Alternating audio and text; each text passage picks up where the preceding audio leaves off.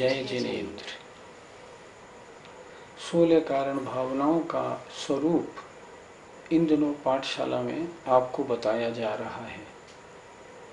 2 भावनाओं की चर्चा पिछले 2 दिनों में हमने की, दर्शन विशुद्धि और विनय संपन्नता। क्रम से आज 16 कारण भावनाओं में तीसरी भावना का वर्णन होगा, शील वृतेष्वनतिचार। आइए देखें इसका क्या स्वरूप है और इसमें हमें क्या करना होता है। तीसरी भावना का क्या स्वरूप है? तीसरी भावना का नाम देखो, शील वृतेष्वनतिचार। अर्थ क्या होता है? शील और व्रतों में दोष न लगने देना। शील व्रतेषु अनतिचार, अर्थात शील और व्रतों में दोष न लगने देना। व्रत क्या है? अणुव्रत या महाव्रत, ये व्रत हैं। शील क्या है? इनको पालन करना है ना, तो इनको पालन करने में कषाय का त्याग होना बहुत जरूरी है। तो इनको पालने में कषाय की प्रवृत्ति का त्याग करना, उसका नाम है शील। और प्रवृत्ति कैसी हो? निर्दोष प्रवृत्ति, इसका नाम है शील। और व्रतों में दोष नहीं लगने देना। शील का अर्थ अगर हम श्रावक की अपेक्षा लें तो व्रत माने 5 अणुव्रत और शील माने 3 गुणव्रत और 4 शिक्षाव्रत। अर्थात श्रावक अगर इस भावना का पालन करेगा तो वह अपने अणुव्रतों में और गुणव्रत और शिक्षाव्रत रूप 7 शील में, इनमें दोष नहीं लगने देगा। मुनि महाराज अगर इस भावना का पालन करेंगे तो वे अपने व्रतों में या अपने 28 मूल गुणों में और उनके शील माने जो उनके उत्तर गुण हैं उनका पालन करेंगे और उनको भी निर्दोष रखेंगे। ये होता है शील वृतेष्वनतिचार। किन्हीं किन्हीं आचार्यों ने इस भावना के अंतर्गत मुख्यतः ब्रह्मचर्य की दी है। शील माने ब्रह्मचर्य में और व्रतों में अतिचार न लगने देना, इनका निर्दोष पालन करना, मेरे शील और मेरे व्रतों में दोष न लग जाए, ऐसी भावना निरंतर रखना, इसका नाम है शील वृतेष्वनतिचार नाम की तीसरी भावना। शील और व्रतों में कितने तरह के दोष लगते हैं? 4 तरह के दोष लगते हैं। आचार्यों ने लिखा है, पहला अतिक्रम, दूसरा व्यतिक्रम, तीसरा अतिचार और चौथा अनाचार। जो व्रत हमने, जो नियम या जो व्रत हमने ग्रहण कर लिए हैं, उनके प्रति मन में अनादर का भाव हो जाना, क्या मुसीबत में पड़ गए। महाराज के कहने से हमने 8 प्रतिमा ले ली, लेकिन 8वीं प्रतिमा हमसे झिल नहीं पाएगी, ऐसा अनादर होना, इसका नाम है अतिक्रम। यह है अतिक्रम।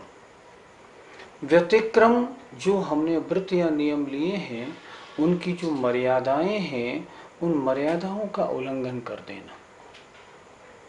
तीसरा होता है अतिचार, उनमें दोष लगा लेना यदा कदा, उसका नाम अतिचार है।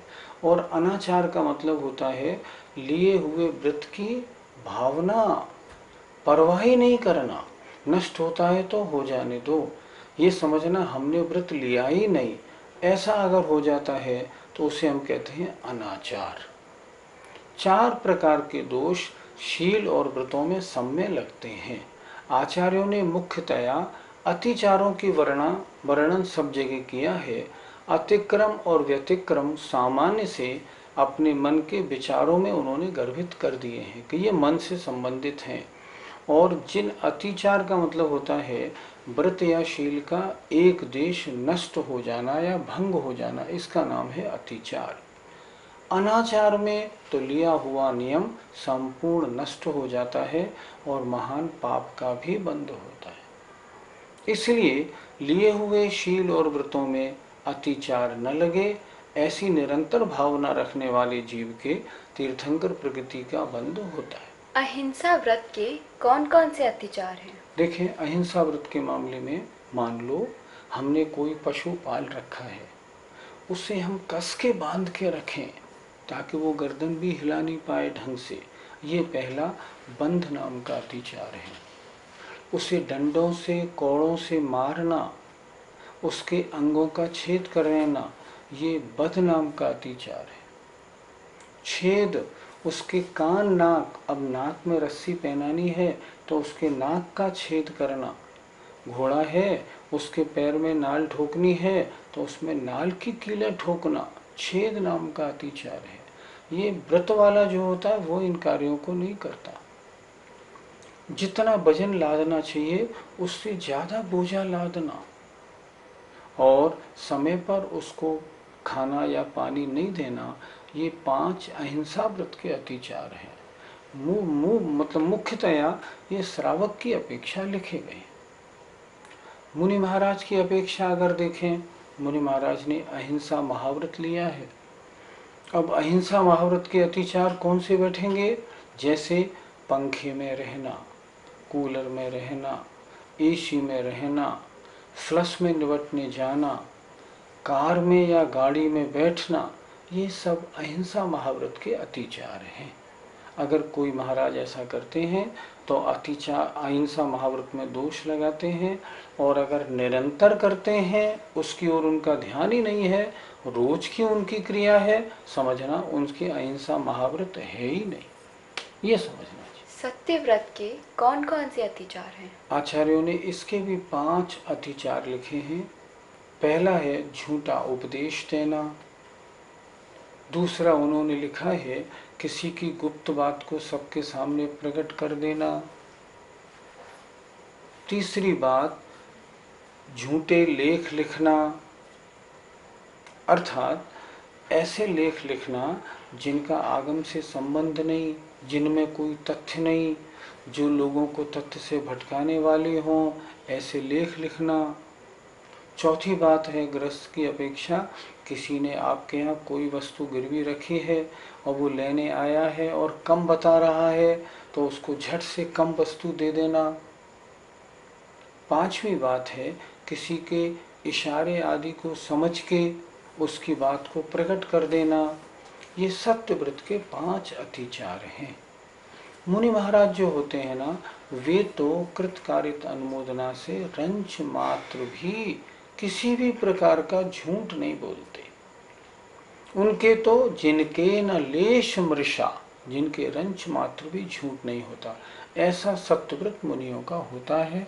और अगर मुनि है और अगर शील व्रतेश्वर अतिचार भावना की बात करेंगे तो वे अपने व्रतों में रंच मात्र भी अतिचार नहीं लगने देंगे। और आचौर्य व्रत के कौन कौन से अतिचार हैं? आचौर्य व्रत के 5 अतिचार अर्थात दोष हैं। जैसे गृहस्थ की अपेक्षा देखें, चोरी के मार्ग बताना, उसके यहाँ जाओ, ऐसे चोरी करोगे तो काम बन जाएगा। उस चोर के अलावा वो जो चीज लाया वो नहीं, बल्कि बाजार से चोरी का माल खरीदना, दूसरा दोष है। तीसरा दोष श्रावक की अपेक्षा है, अर्थात राज्य के नियमों का उल्लंघन करना। चौथा दोष है कमती बढ़ती तोलना। पांचवा दोष है एक सी दिखने वाली 2 वस्तुओं को मिला देना और महंगी वस्तु के भाव में बेचना।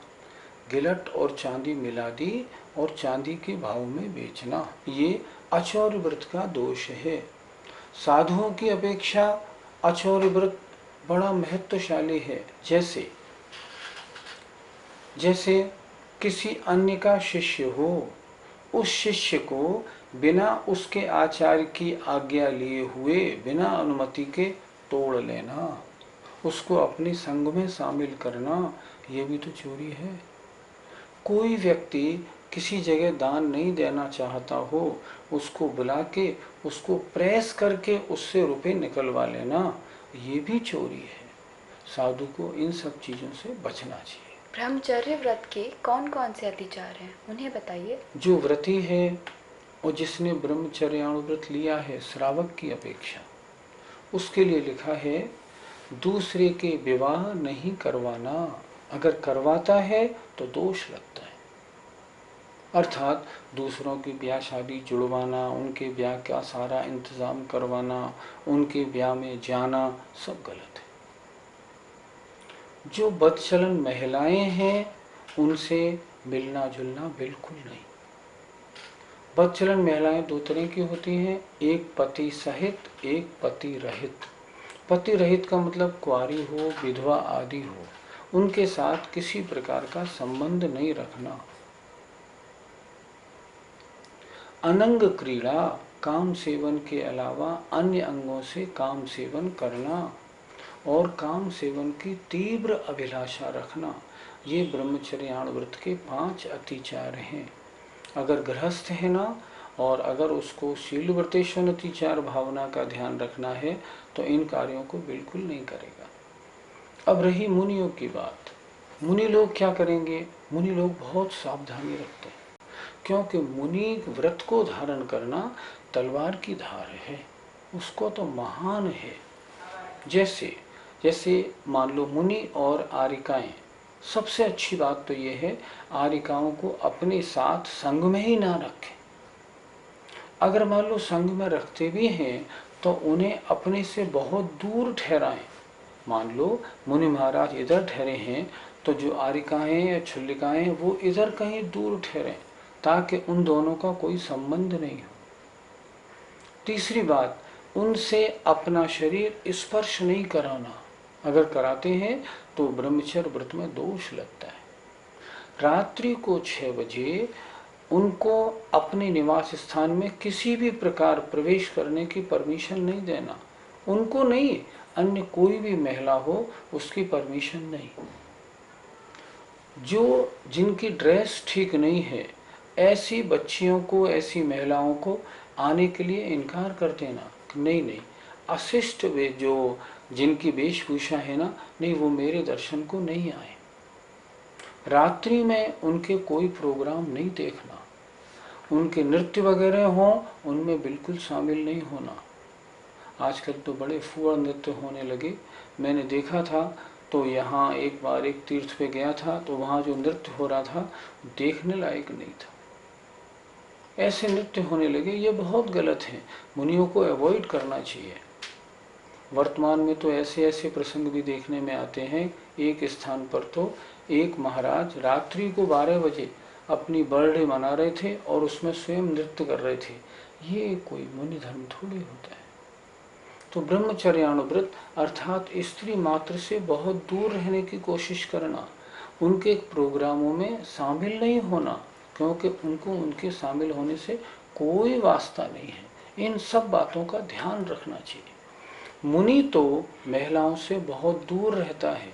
आचार्यों ने लिखा है शास्त्रों में, महिला चाहे 80 वर्ष की वृद्ध क्यों ना हो, फिर भी मुनि उससे बिल्कुल दूर रहे, ताकि उसका ब्रह्मचर्य सुरक्षित रहे। आपने अभी व्रतों के अत्याचारों के बारे में तो बताया, अब कुछ शील के अत्याचारों के बारे में भी बताइए।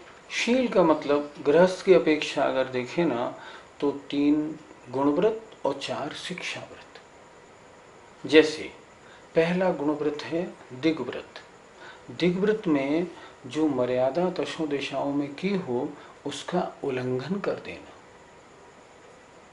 अपने क्षेत्र को बढ़ा लेना या लिए हुए नियम को भूल जाना, ये दिग्व्रत में दोष है। देशव्रत में क्या दोष है?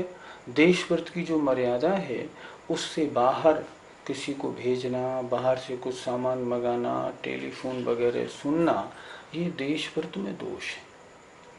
अनर्थ दंड व्रत में क्या दोष है? अनर्थ दंड व्रत का मतलब है व्यर्थ की क्रियाएं करना, हंसी मजाक करना, व्यर्थ के कार्य में लगा रहना और उपभोग परिभोग की बहुत सारी सामग्री इकट्ठी करना, ये सब अनर्थ दंड व्रत के दोष हैं। सामायिक के दोष क्या है? सामायिक में बैठे हैं लेकिन मन भटक रहा है, मन और वचन और काय की क्रिया गलत है। सामायिक में बैठे हैं लेकिन सामायिक के प्रति आदर नहीं है। सामायिक की क्रियाओं में विधिवत स्मरण नहीं रखा कि हमें सामायिक में करना क्या चाहिए था, उसको भूल गए। भूल क्यों गए?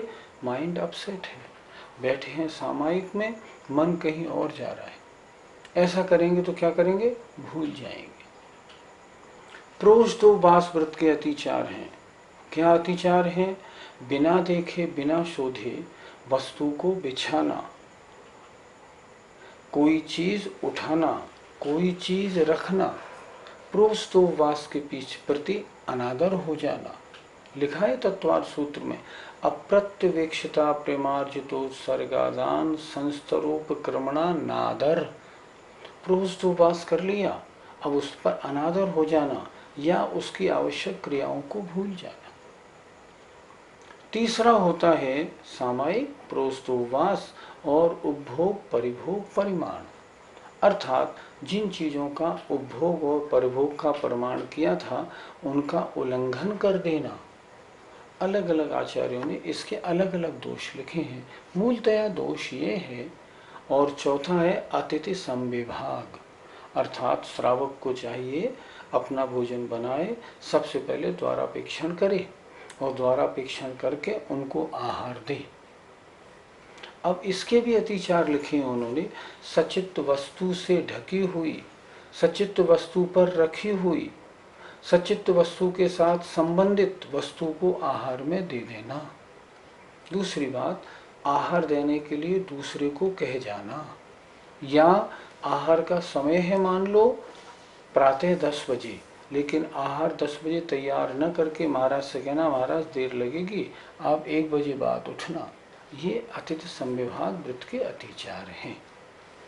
मुनि की अपेक्षा देखें तो मुनियों का शील का मतलब होता है जो उनके उत्तर गुण है, या जो ब्रह्मचर्य है उस ब्रह्मचर्य में दोष लगाने की बात, ये उनके उत्तर। अगर हम शील का अर्थ लें ब्रह्मचर्य, तो ब्रह्मचर्य में रंच मात्र दोष नहीं लगाए। और शील का अर्थ अगर हम लेते हैं उत्तर गुण, तो मुनियों के जो उत्तर गुण बताए हैं, परिचय जय और बाह्य तपों को तपना, उसमें रंच मात्र दोष नहीं लगाए। जैसे मान लो शीत परिचय का अवसर आया, तो उन्होंने क्या किया, अपने कमरे में एक कोने में हीटर जला दिया। श्रावक आया और हीटर जला दिया, नहीं ये दोष हो जाएगा। हम क्या करें, वो श्रावक जला गया, श्रावक जला तो गया, आपने क्यों जलने दिया, ऐसा नहीं, गलत है बिल्कुल। कोई आया पंखा ऑन कर गया, हमने थोड़ी पंखा चलाया, उष्ण परिचय थी, गर्मी लग रही थी, तो सामने वाले ने पंखा ऑन कर दिया, सामने वाले ने एसी ऑन कर दिया, हमने थोड़ी चलाया है। आपने मना क्यों नहीं किया, आप यहाँ से हट जाए ना, तो सब मना हो जाएगा। इस तरह जो 22 परिचय हैं, उन 22 परिचयों में और 12 तपों में ये होते हैं उत्तर गुण, इनमें दोष लगाना। इस तीसरी भावना का वर्णन आज पूरा हो गया। आपसे विदा लेते हैं। जय जिनेन्द्र।